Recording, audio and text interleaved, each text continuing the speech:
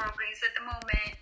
I just took MPJE not too long ago in January and had a great experience. Passed in the first round, thanks to Anne and her guidance.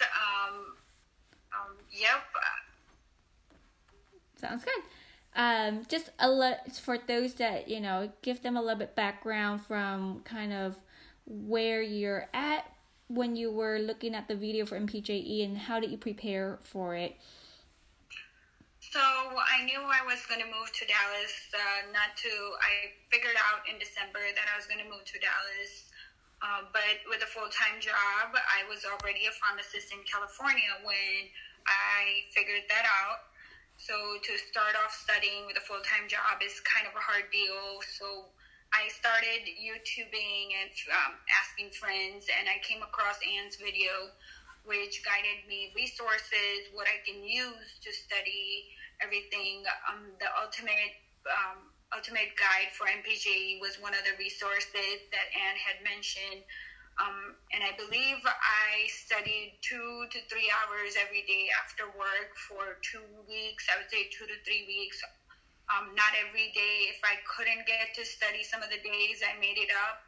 But I'd say I studied for 2 to 3 weeks.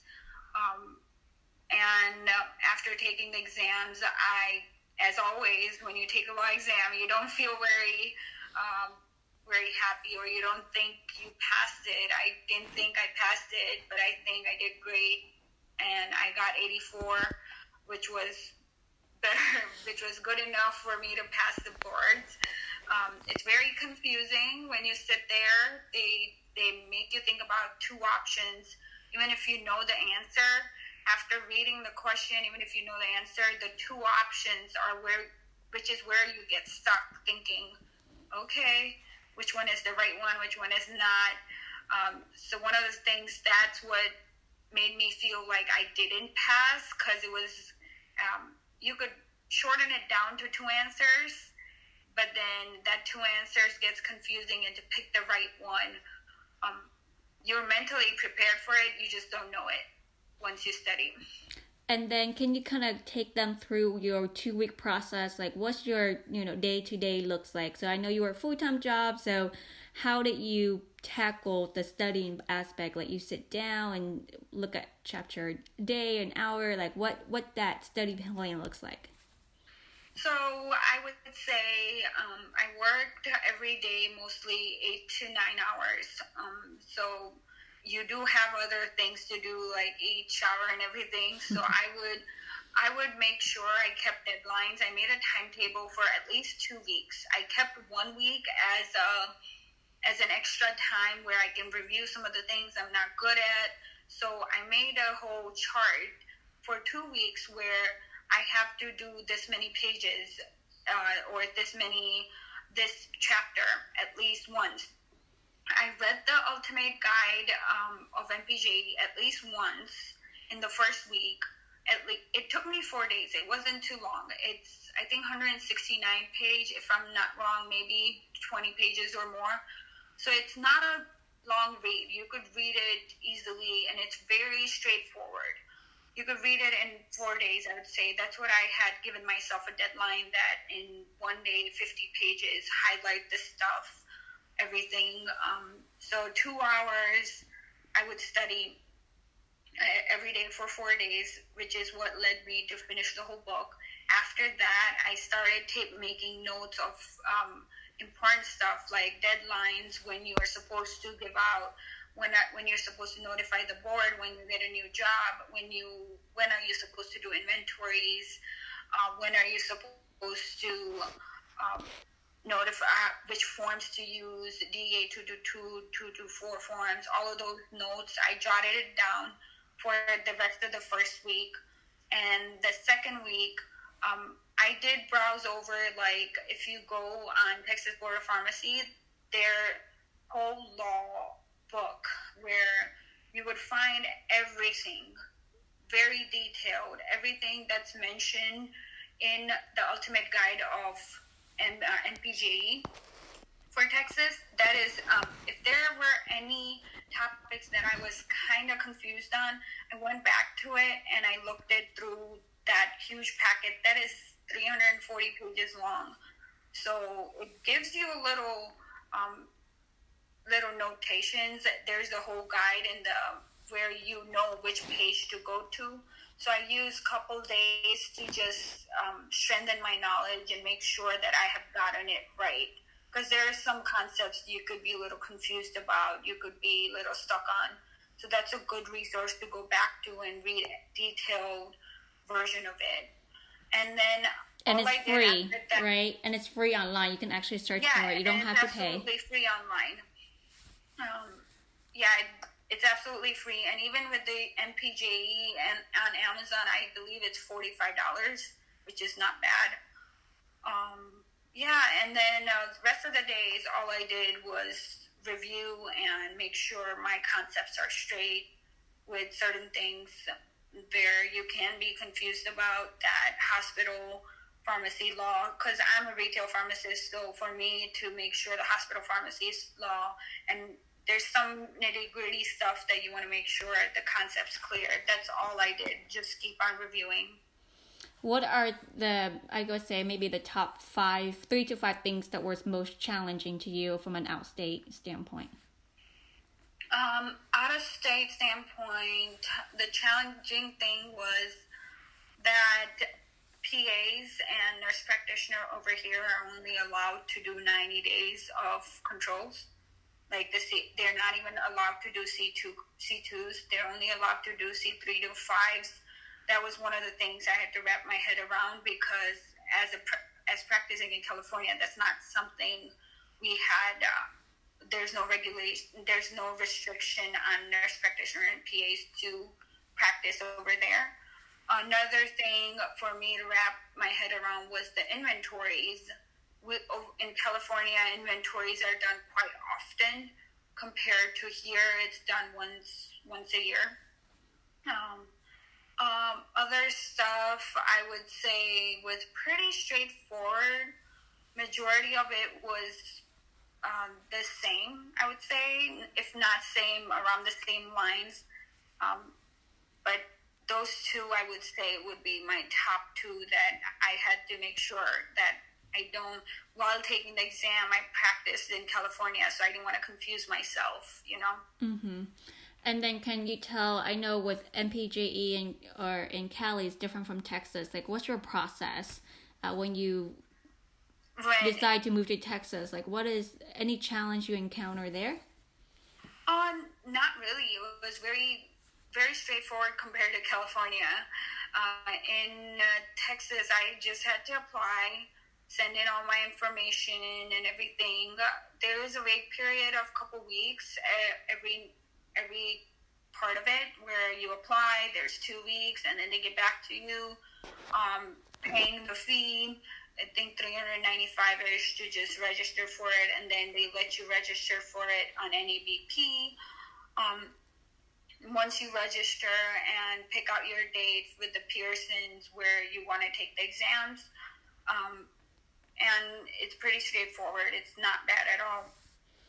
And the results come back. I think I got my results like within the 4 days, which is the soonest I've ever heard back for anything. So compared to California, it took me 6 weeks to find out if I passed or not. Oh, wow. And then how about are you reciprocating your license to Texas, or how does that work on your end? Yeah, I am reciprocating the license. I'm going to keep my license in California active. So you just have to go online on Texas Board of Pharmacy, apply for reciprocity. Once you fill in all your information, everything, 2 weeks from then, they're going to send you a mail of sending them an actual information of that you are a citizen, you are certain things that they want to make sure, and they want you to mail that to them. So that's one of the things, once you mail all of that information, that you're legal, you went to school, you did everything you had to. Once you do that, then they give you the ATT, and you just have to pay your fees and then go ahead and sign up for the exam. So, well, that's a lot of information that you remember very accurately. So I'm very impressed. What are for those that are planning to take the MPJE, what are 3 advice you would give to them? 3 advice: don't be freaked out. Don't read too much into it. When I first read the MPJE guide of the Ultimate MPJE Guide of Texas, I was like, is this all I need to know? I feel like I am scared I might have to know more. But don't read too much into it. It's pretty straightforward. Just go with your gut. I would say out of however many questions, I would say on 20% of them, I was stuck with 2 options. Just go with your gut on those. You know it, even if you think you don't. And third, just make sure any concept you don't know, make sure you clear it out. Go back, and the free guide that Texas Board of Pharmacy gives you, it's a huge resource, but I wouldn't recommend reading all of it because that would consume a lot of time. Just the concepts that might be unclear, just go back and clear it out. Would you recommend like a study buddy or any other resources that you, besides the ones that you mentioned, to them? Yeah, I honestly didn't have a study buddy, but honestly, I would recommend that because during my CPJE and all of that, I had a study buddy, and it just helps you make sure you could quiz each other. That's the best thing that could help you. And it's a moral support that all of us need during these tough times when we're trying to pass through, especially as a new student. That's some of the things all of us have been through. So that moral support can help you get through a lot of things. Yeah, and I know sometimes if you are not do it with your graduating class, it may be hard to find like a study buddy. One way you can always try is use social media and see if other LinkedIn and social media, if there are folks that are studying. And you may not need to find your study buddy that are, right there, right next door. You could find someone online, create an outline. Someone who is just going through the same process as you are. There's like Doctor Pharmacy, Student Doctor Network, where you can just see how people are going through it and put a comment in. And I think there's lots of ways to find someone who's going through. There's also a group on Facebook, MPJE group, where I saw a lot of people commenting, and you can always find someone who's going through the same things as you are. Right. So last questions before we wrap up. How is California MPG process different from Texas MPG? Anything that you have witnessed personally that you would want to share with the team? Yeah, so California is a tough cookie. I'd say you definitely need to be mentally prepared because it was a very long and lengthy process. I started my process I started my application for everything. Like, I graduated in 2018. I started my process in around like April because I know I was going to graduate in May. I was hoping to take my NAPLEX at least by end of June. But how it works over there is everything is through mail. Even the results you get is through mail. They don't give you online results. That's the biggest part. So I wanted to take my NAPLEX in June, but I couldn't. They gave me ATT all the way end of July and ended up taking it in August. Here's one of the secrets that not a lot of people know, but NADP still tells you if you pass your NAPLEX or not. It pops up on there that you passed your NAPLEX. It doesn't give you your score. But California Board of Pharmacy will end up mailing you the results after 4 weeks. And one of the things, whoever is taking CPJE, I would recommend that take it as soon as you can, close to NAPLEX, because CPJE is a lot of clinical knowledge. There's probably like 7 law questions that I had, and you need to know everything you knew in NAPLEX. So the sooner you take it, it just really helps you. And CPJE results take another 6 weeks. So it's a process of at least 3 months, I would say. Wow. That's crazy. Yeah, it's long. But you can do it. If I can do it, you can do it. That's a good message. Yeah. So just be in the know, right? Like now prepare yourself that you know it's going to take this long. Start gathering the information, start kind of preparing, and then really set a time and a deadline, because you could like, oh, I'll do it later. You never do it, but you say, hey, I'm going to do it by August. Then you know you're going to buckle up and start studying as much as you can and you're able to. Yeah, and I would say if you're graduating in May, I would say do it as soon as you can. Don't wait too long. Right. It's more or less you use it or lose it. So if you don't use it and you're just trying to get jobs, and in the end you still need to get that license. Like you may get a graduate pay, which is higher than a pharmacy intern pay, but you won't get a full pharmacist pay until you get your full license. Absolutely. And that's one of the things people forget, and I would not emphasize enough, the sooner you take it, the better it is for you.